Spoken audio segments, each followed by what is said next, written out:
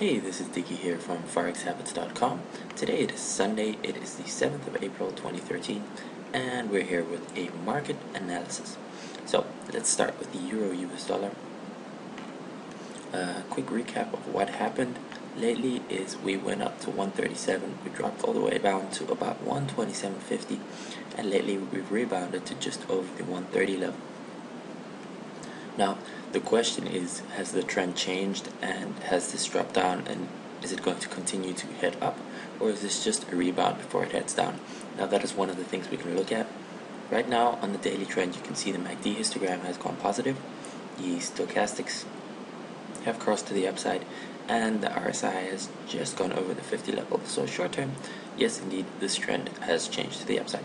Now on the other hand, we have broken through the 21 moving average, but we've halted at exactly the 50 EMA.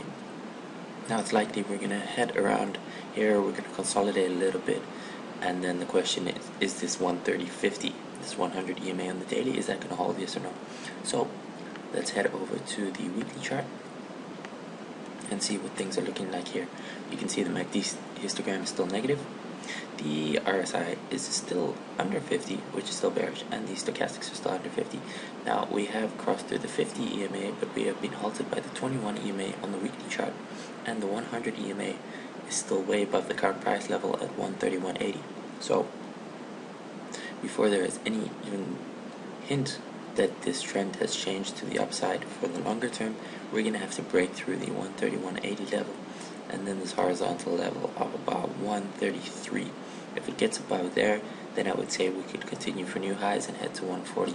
For now, I'd say it's just a consolidation, and we're probably not going to get much above 131.80 at the most if it does get there, and it's likely going to consolidate here for 1 or 2 weeks. The monthly chart doesn't seem to be loading, but if you remember what I said for the monthly chart for the month of April, I was expecting that it was possible to make a rally month, a rally up during the beginning of the month and then pull back down towards the end of the month, and the next month head lower. So it's quite likely that that is what is happening right now. Let's head over to Euro Japanese Yen. Now we had a ridiculous day, literally a day of 119 to 124. That's like 500 pips literally in one day, which is ridiculous. Now I actually did expect this to drop a little bit further. I expected this to drop towards the 100 exponential moving average on the daily chart, but we didn't quite get there before going up. What we had in fact was just about a double bottom over here, and then it did bounce up. So now we do have this huge day, which is likely to be consolidated in some way. I mean, it's not impossible that we're going to get quite a few days where we're just going to hang around here, hover a bit here, but it is likely that we are going to head to higher highs, maybe the 130 level. Let's have a look in the weekly chart what happened here. We got this consolidation. Like I said, I did expect it actually to head towards this 21 EMA, somewhere around there. What we have now is that we're just creating this consolidation. We are likely going to try these highs again, at least this 127.70 again, maybe slightly higher highs, and then pull back for a significant correction, which is not the case quite yet. So do expect upside for the week ahead, except that it may spend a couple days hanging around here consolidating after this huge 500 pip update. Now let's have a quick look at the markets. The Nasdaq 100 on the daily chart. We've just been consolidating very choppy the last couple of weeks, actually the last couple of months. It's been grinding higher, but very choppy. And on the daily chart, the MACD histogram is negative. The RSI is pretty much neutral on 50, and the stochastics have crossed to the downside. And we've just peaked below this 21 EMA, but we're still hovering on it. So if we make a look at the weekly chart, then you can see this 21 EMA is kind of holding it up. We are still above this zero line in the MACD histogram, but what we are still getting, what I've been mentioning for the last couple of weeks, is we've got this big negative divergence. Even here where you can see this price action, the top was slightly higher than this one, but the RSI is a lot lower.